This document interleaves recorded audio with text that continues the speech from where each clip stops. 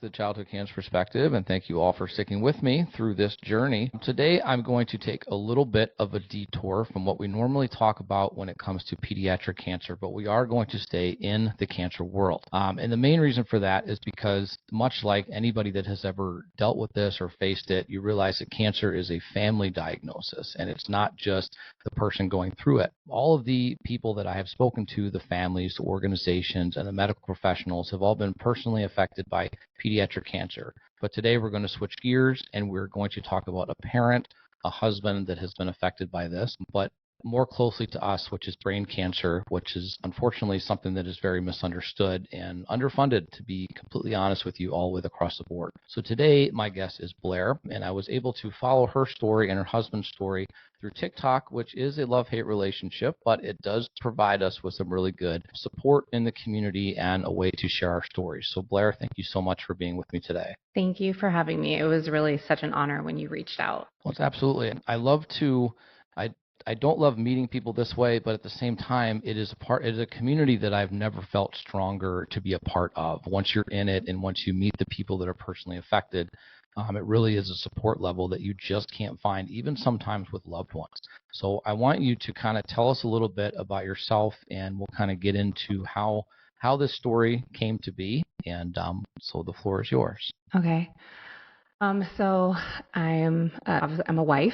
I'm a mom. I have 2 kiddos. I say kiddos, they're not even really little anymore. My oldest is actually 23 years old and getting married later this year. And then I have a 13, almost 14-year-old as our youngest. I work for myself. I'm an entrepreneur. I've been an entrepreneur for, 12, 13 years or so. I've been working with coaching women, doing kind of life and business coaching for a long time. But obviously when things started unfolding with my husband, I obviously just completely stopped everything and been pouring all my energy and focus into supporting my husband, supporting his journey, supporting both my children. My youngest is also autistic, so being able to support him with his own emotions and everything that's going on top of being a 13-year-old boy, in middle school is not easy.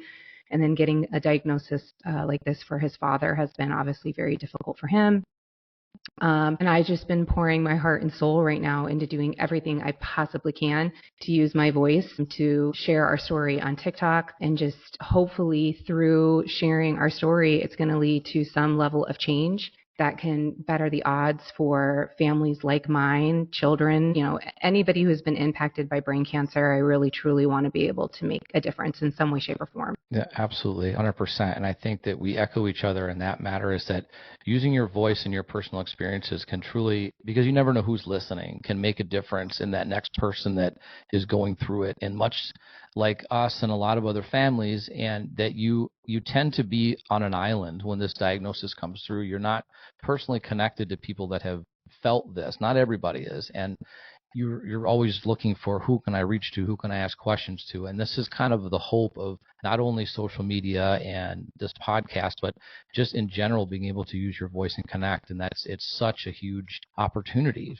to be able to do that. So I value being able to meet people that way, and I value being able to listen and see things that maybe even I didn't think of, and maybe we put ideas out there that you didn't think of, and it can just enact that change at some point. Yeah, I do think there's something very special when people allow themselves to share their stories very vulnerably. It's definitely something I've learned over the last 13 years of just sharing my own story and putting myself out there in different aspects of life. It really started just even talking about my journey as a mother, or postpartum depression, different health struggles that I've gone through. And the biggest thing that I've seen is that healing really comes in community, and when we're able to really feel supported and seen by somebody else who is going through something similar to us, because it does feel very isolating and lonely when you're going through something very difficult, especially something like this.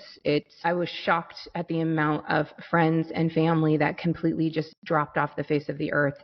It just seemed like they didn't even care what we were going through, and it was unbelievably heartbreaking, and it just felt like we were completely abandoned in a moment that we desperately needed people. And the minute I started allowing myself to share very openly on social media, the support and the outpouring that I started receiving from the cancer community, the brain cancer community, the pediatric cancer community has been absolutely amazing. And that's why I strive even more, because I want to be able to support this community as much as I can, because they've poured so graciously back into me and my family. Yeah, I think, unfortunately, the support thing, I was actually just watching a video that a very good friend of ours posted before this, and it's about that. The support, for whatever reason, it can come in really hot and heavy in the very beginning, and then it can just go away very, very quickly. Whether it's because the person has rang the bell, whether the person has passed away, or their end of treatment, or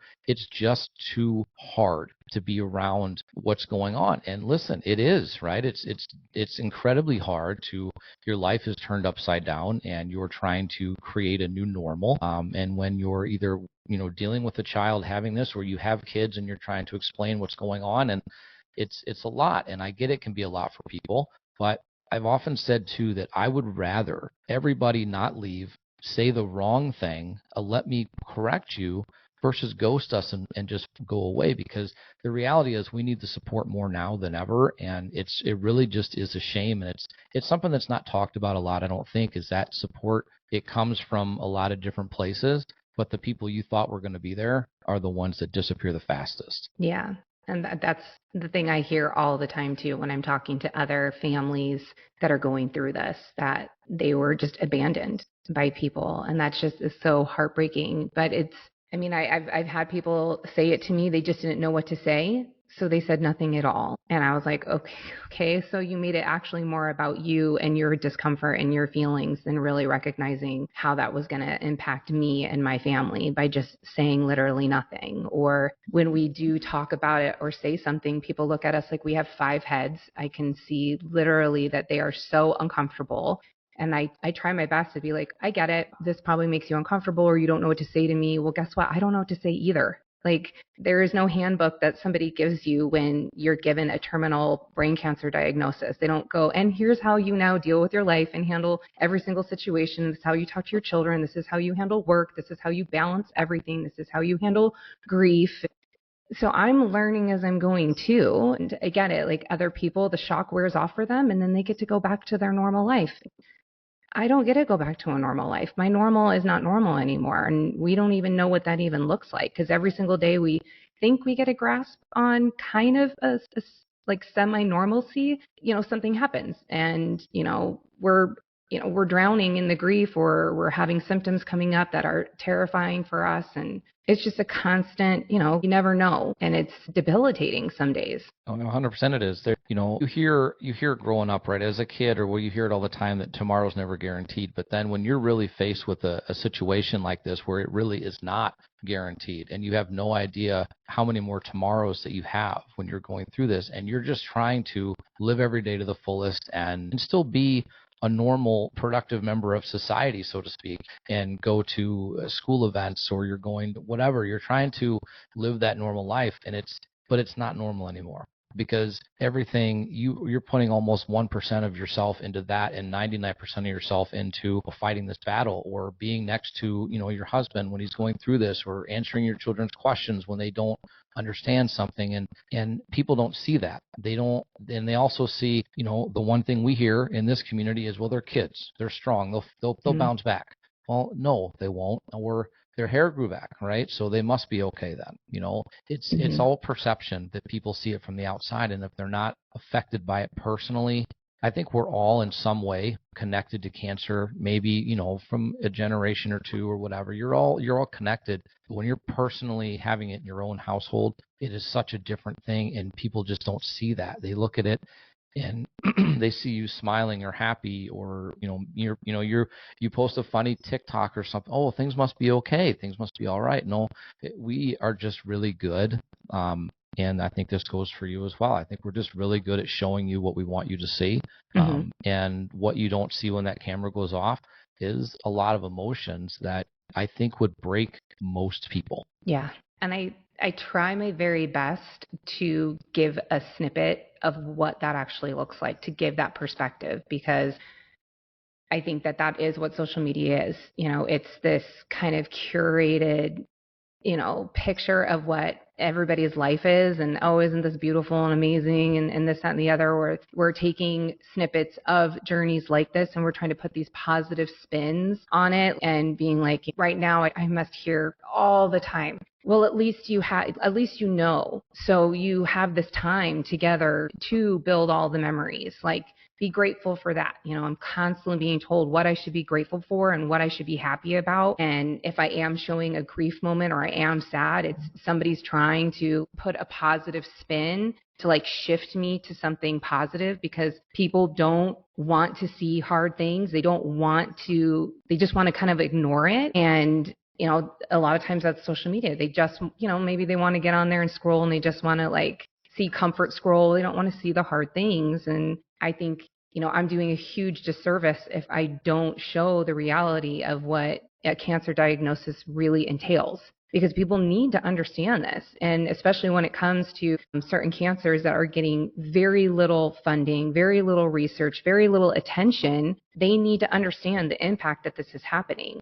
And I hear many parents in the pediatric cancer community saying this, where they're like, everybody keeps saying, well, at least they're young, or, they're so cute and they're strong. Kids are so resilient. And I'm like, no, like, they don't fully understand the weight of what this means for that family, for this child, for the longevity of their life and for years to come. And I get it. They just don't understand their words and what that means. But that just, again, reinforces to me why I have to speak up and say and use my voice as best I can, so that people understand this and they understand why it's so imperative that we get better education and understanding and research and funds leading to, supporting these families. Yeah, it's people see what they want to see, and it's unfortunate because, we're under the shadow of rare, which is a word that I will fight people over, because it's not. And I say it because, not obviously for us with the pediatric cancer world, but just in cancer in general, I don't think you can walk 2 steps outside of your house and not see somebody or meet somebody that is connected to it. There's nothing rare about what's going on. The reality, the rarity is the people that listen. The rarity is the television time or whatever that we get with what's going on. And it's a shame because unfortunately everybody loves a good sad story, a good sob story, right? And if you tell it the right way, you'll get more views. But at the same time, it's not about getting you to understand how I feel. It's not about getting you to feel what we feel, because I don't want people to feel this. But you need to understand that it's real, and it's getting worse. It's not getting better. And keeping all, politics and all that stuff out of it, it has been bad for a long, long time, decades and decades.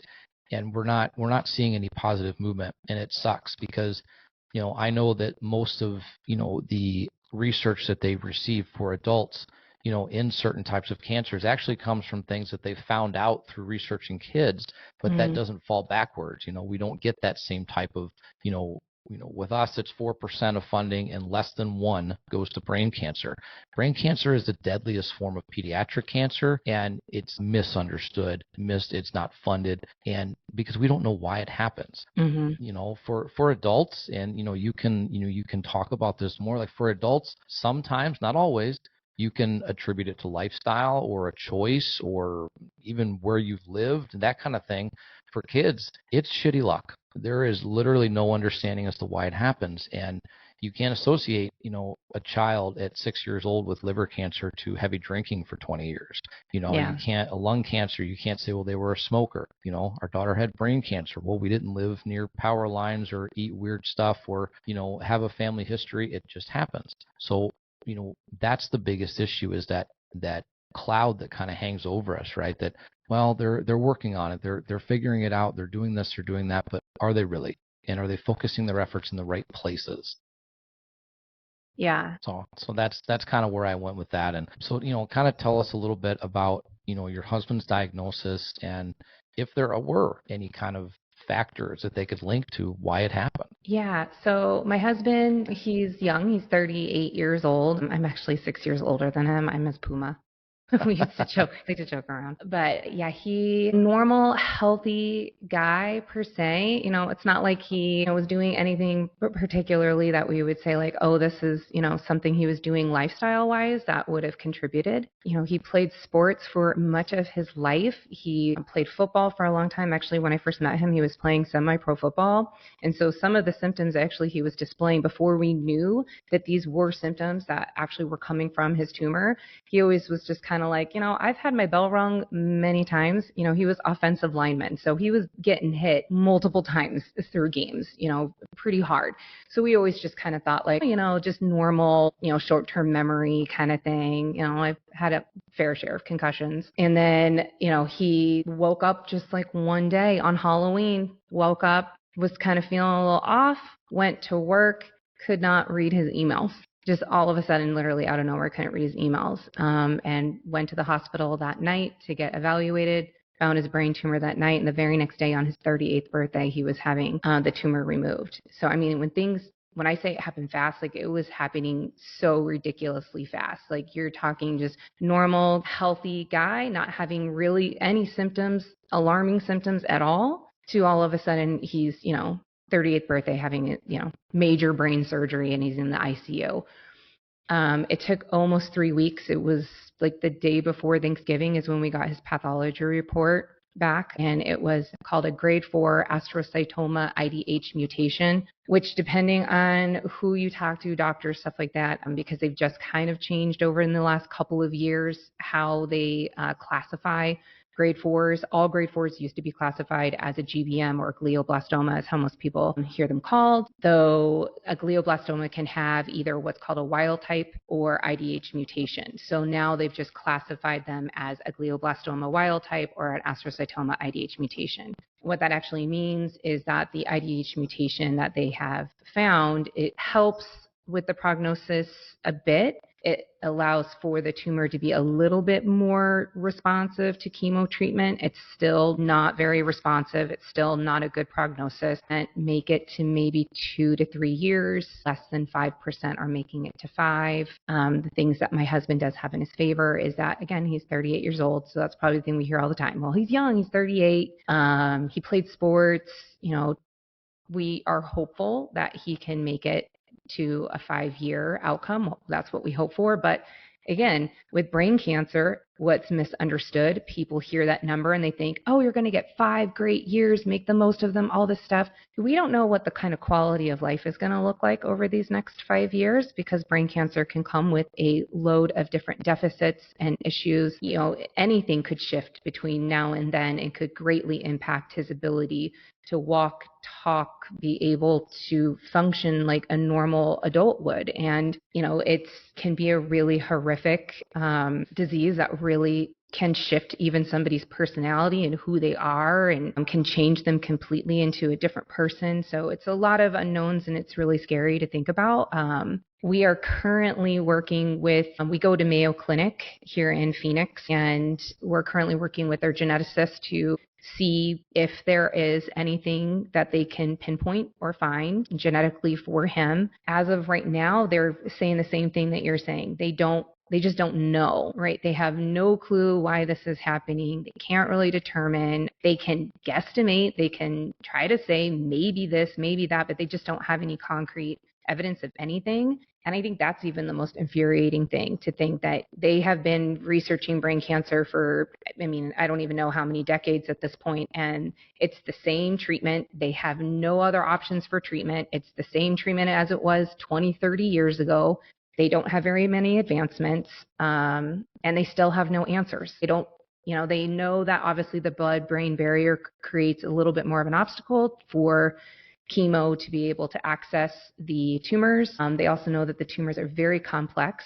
They're very smart. They learn and they will mutate so that they become less resistant to treatment, making it that much harder to treat. So it's like they know all the reasons why the cancer is so horrible and so debilitating, but they still don't have answers of how to then at least give people more, at least quality years to help with symptoms or deficits that they occur over the years of, either the tumor or treatment or even the surgeries that people are having. Yeah, it's when you think about, you listening to or watching people go through cancer treatments and through anywhere below the neck, and you figure, okay, it's going to affect this, it's going to affect this, and they'll be able, you move forward with your life, or you're going to have side effects and things like that. But we're talking about the brain. We're talking about the central, the engine of your body that's telling everything what it needs to do, that affects who you are, affects how you think, how you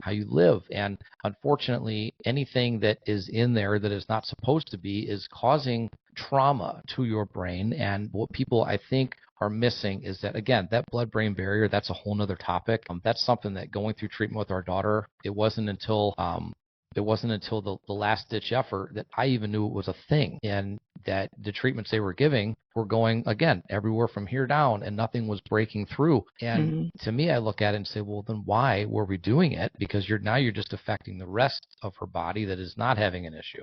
But yeah, everything that's going on, even if did he have a total resection of the tumor? They want to say they got about 80 to 85% of the tumor. His was located in his temporal lobe, kind of going almost into his optic nerve, and it was going to start going into some other very vital areas of the brain. So they felt like they got the bulk of it that was actually lighting up within the MRI when, they did the contrast. They felt like they got that part of it.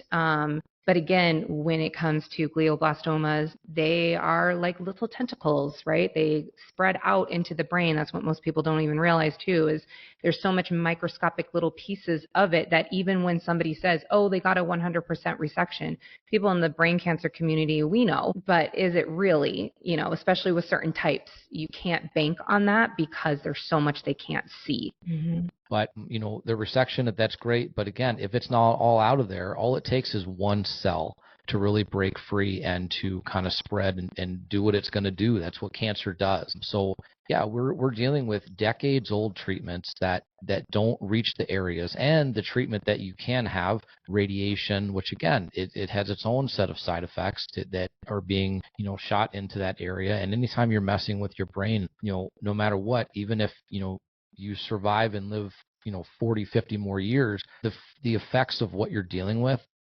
again, are so much more connected to the treatment than they are the cancer itself. And that's, I think, the biggest problem that we have, is that we can't get people to come in and figure this out. And we know we've got smart people in this world to figure this out. And you can understand all of the different aspects of why it happened or how it's happening, but you can't understand how to get rid of it. And that's the biggest problem. And I know that most of these treatments, they seem like darts on a dartboard, and they're hoping. And it's honestly not the oncology teams, it's their toolbox. It just doesn't have anything in it. And unfortunately, I think they say too much, make memories. There's not much more we can do. We'll do the best that we can, or the prognosis is not good. And these are not things that you want to hear as a child or as a 38-year-old. Like, you've got your whole life ahead of you, and this is not what you want to hear, that go out and make memories. Like, that's not, I mean, yes, you want to go make memories, but not because you're making them to fulfill a list. Yeah. And I've been watching the videos. Number one, obviously, and ours did too, your social media changes when that diagnosis comes, right? Before, it's not that content, it's other things, and it's having fun, it's smiling, it's being, whatever. And then it shifts. And for me, I love the education side of it, because you're telling it as a personal perspective and allowing that kind of to get out there. And you chose to do it this way, and kind of like, I guess you would call it like diarying what's happening, what's going on, Now, you also have had talking about like the bucket list, things that you want to get done. Things that you want to get done is, now the Viper thing was awesome, by the way. That was great.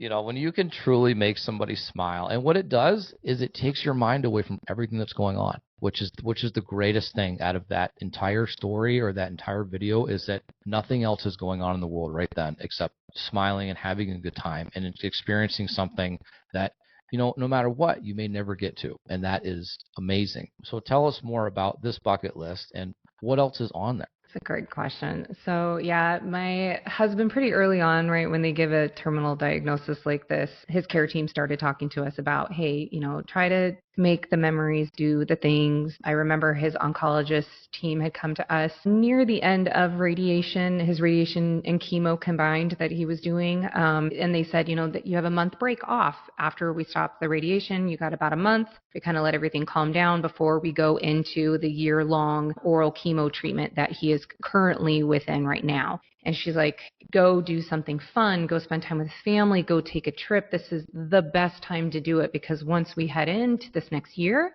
there's so many unknowns. We don't know how he's going to respond to treatment, and just you want to do something special for yourself. So we ended up going to Maui, which is where we actually got married on a beach in Maui. We took our kids, and my oldest brought his fiance with him, and we went there and spent about, I think it was like 8 or 9 days. And then we went down to the beach that we got married, just me and him, and just kind of did our own version of a renewal ceremony just for us. And it was a really amazing time to just spend together as a family and to see my husband smile and, be a little bit more present in the moment, because up until that point, I mean, as you know, when you get a diagnosis, everything is so fast, right? It's appointment. Your whole world is revolving around treatment, and it's very time consuming on top of very emotionally overwhelming. And then we went right into 6 weeks of the chemo treatment, which my husband could not drive at that time either. I was driving him up to the Mayo, which is about 45 minutes plus away from our home. So our whole life revolved around it. So it was a nice break from everything to just soak up that time together as a family. And when we came home, my youngest is in therapy. He was in therapy before this for his autism and things. And she had recommended for him to make a bucket list, and maybe we could make a bucket list together as a family. And so that's when we kind of started planning that out and realizing that the bucket list at first was kind of also something to hold on to for hope, right? To have something positive in the future, because right now everything we had was doctor's appointments and MRIs and hoping that we don't see, progression or a reoccurrence. And so we needed something just to look ahead for. And around this time actually is when the news had kind of heard of our story. Newsweek had reached out to me on TikTok. I actually thought it was a fake message because I was like, who from Newsweek is going to actually message me on TikTok? Because you get all sorts of weird messages on TikTok, right? It's usually the guys that are like, I'll pay you $700, all these weird things, right? So I'm like, this person's not real. But she ended up doing a story on us. And then shortly thereafter, the local news started getting involved. And it was the first local story news that had come out and interviewed us. And she had asked, are you guys doing anything like a bucket list? And at that time, I had not really mentioned a lot. I mean, we had talked about the trip we'd gone to in Maui and how amazing that was.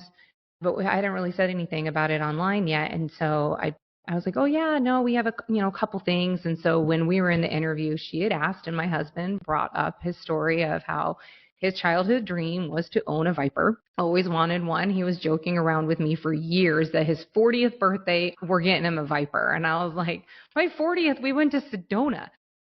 If I had known, I would have gone a lot bigger on my 40th. I would have asked for something more.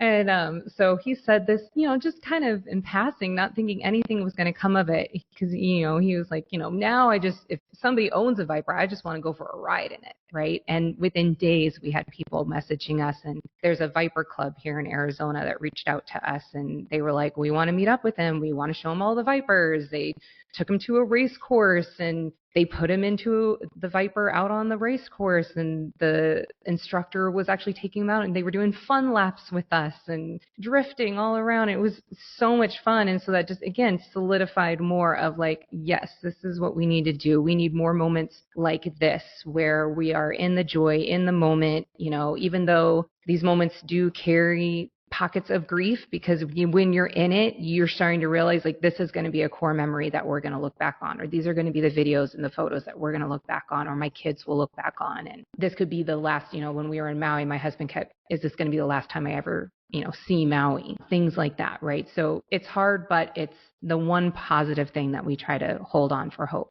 So right now, we've been trying to make a list. My husband is very much about adventures. He wants to travel. He wants to see all the things. A big one for us was a trip to Europe. That has been something we've always talked about since the day that we met. I've never been to Europe. It's always been something I wanted to do. He had been to Europe when he was a child, and a couple times, I think, when he was a teenager, and he's always wanted to go back. Well, when I met him, I was a single mom. My oldest at the time was 9 years old. And so we never really got that time that most couples get before having kids. We didn't get that space, right? He went right into being a stepdad. And then we had our youngest, and you have a pretty big age gap. So we always were like, okay, well, when our youngest graduates, that's going to be our gift to ourselves. We're going to be empty nesters, but it's really going to hold that much more, specialness for us because we didn't get that time. And so we're going to make that time the best time. And we're going to go to Europe and we're going to have an amazing trip. And when we got this diagnosis, knowing that my son, he's, like I said, he's 13. So the 5-year mark is him graduating. And so my husband's like, I just want to make it to graduation. Can I just see my son graduate? That's what I really want. And then it really started dawning on us that everything else that we had planned for our life, all that stuff that we said someday we're going to do all those things. Someday we're going to have that time where it's just me and him, where it's not pouring all into our kids and doing all those things. So the bucket list is starting to evolve even more into like the things that we said we were going to do and try to do them now as a couple that we know we're going to not have more than likely. So yeah, it's trips. Europe is the big one. Concerts are a big thing. He loves to go to concerts. So we're hoping that we can do some more concerts. One other real big one that's looking like it's going to happen is he plays football, loves the Seahawks. We are originally from Seattle. So if anybody's on here hating Seahawks, like, what else? Like, you don't understand. The man I have a tattoo from the wedding from the beach we got married on in Hawaii. That's the logo of it. He has a 12, okay, for the 12th man on his finger for Seahawks. He says his love for me is like his love for the Seahawks. I'm like, whatever, just get the 12. I mean, we did get married on 12/6/12, so I mean, it does hold some significance, but I was like, whatever, get the 12. So his dad is working to get him to go up for a Seahawks game, hopefully this season, and get him like field passes, like to get on the field and to meet some players and things like that. Just like, anybody who's any fan of any sport, right? This is, again, would be like a huge dream of his to be able to go down there, just meet other football players and talk the game because he misses it so much. So yeah, those are a couple of the things we're working towards. They're huge, and it sounds amazing. Yeah. And I'll just put it out there, too, that we've always wanted to go to Hawaii, and we've never been. And so my wife and I never got a honeymoon, and it would be really awesome one day. But, again, that's that whole someday we'll do that, someday we'll get to it. And it's, to hear, and like I said, I was kind of, watching and seeing the videos, and that's it hits because it's that someday we'll do that. Someday we'll get to it. But there's things, that we've gone through that you're looking at that means something different now. Like with your kids, it's like, God, I wish you'd just grow up. Yeah, I really do wish you would just grow up. I wish you could.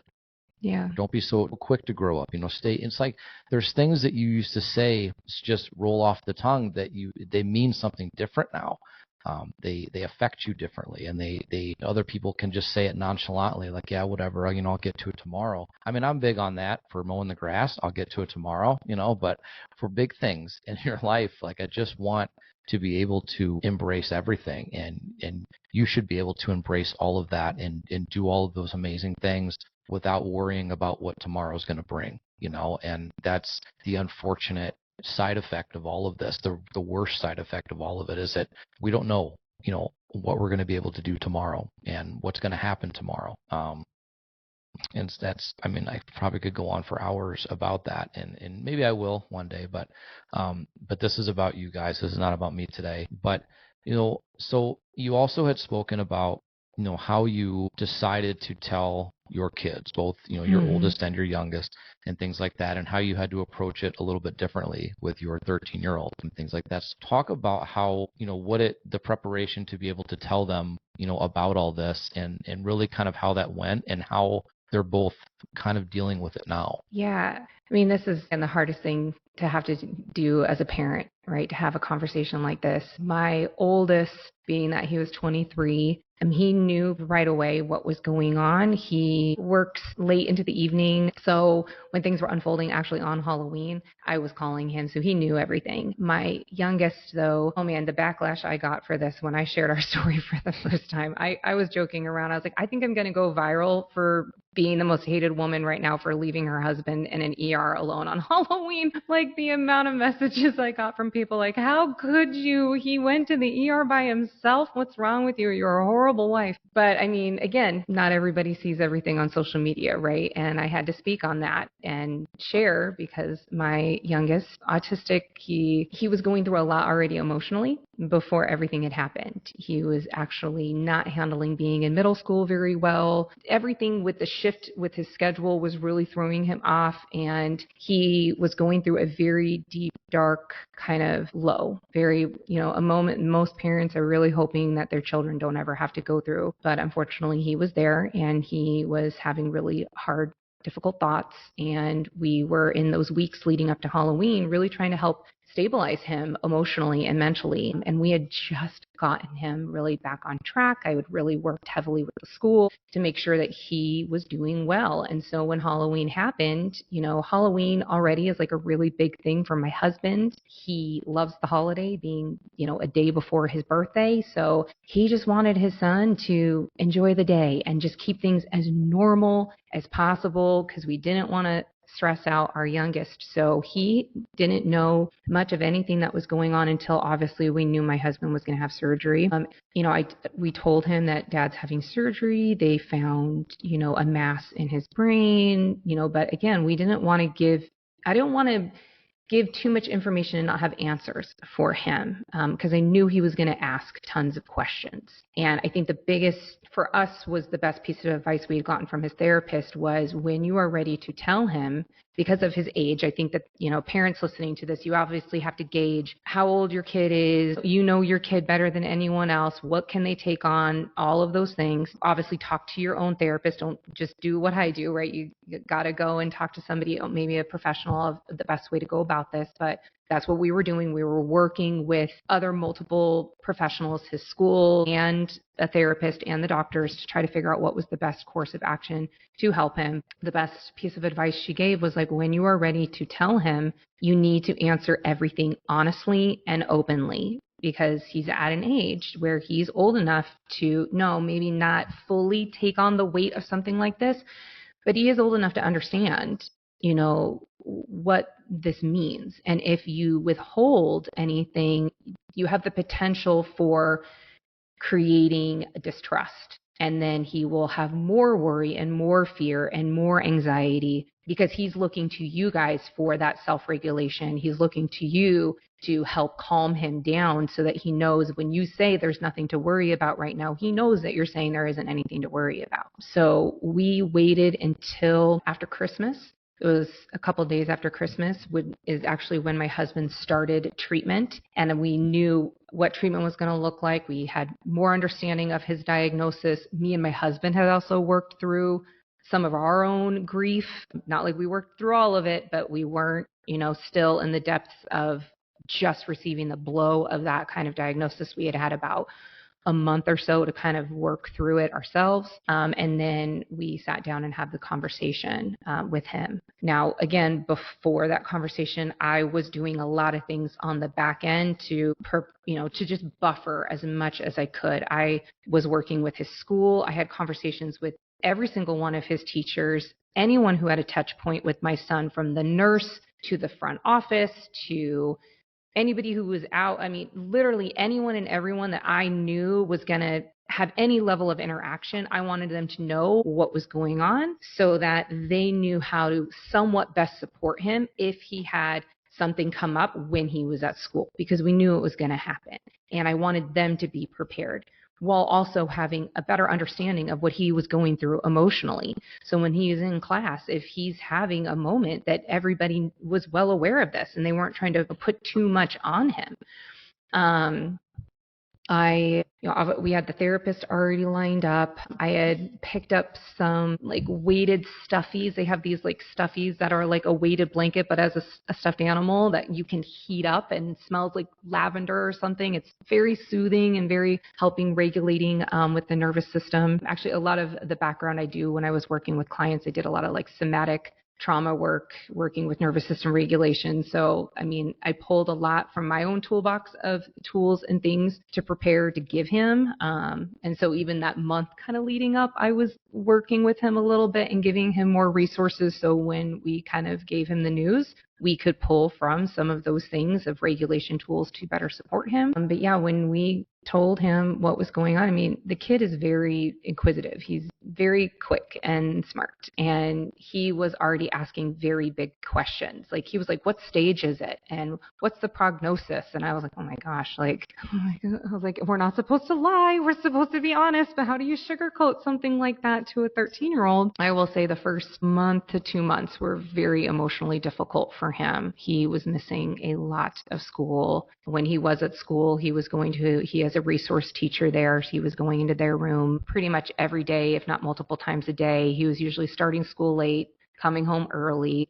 He wasn't sleeping well. That's another thing that parents need to understand is that your children, and I mean, this could even look like right for siblings because I know a lot of your audience is pediatric cancer. So you're looking at the siblings and the stress that they're having, dealing with news like this for their sibling. They can revert into childlike behaviors depending on what age they are. So we were told that don't be surprised if, they can like wet the bed, they can have sucking of thumb or behavior, they can start acting like very, very young. And for my son, it actually started presenting as sleep regression, and he wanted to co-sleep with me. Thankfully, we have a guest bedroom with a king size bed in it. So me and my 13-year-old moved in to our guest bedroom, and we slept in there for, I don't even know how long, probably 2-3 weeks. I think we slept in that room. Still periodically, he will have moments that are really difficult and he'll want to sleep with me again. So I'm just kind of giving him what he needs and trying to support him the best way I can. But again, there's like no rule book here. It's,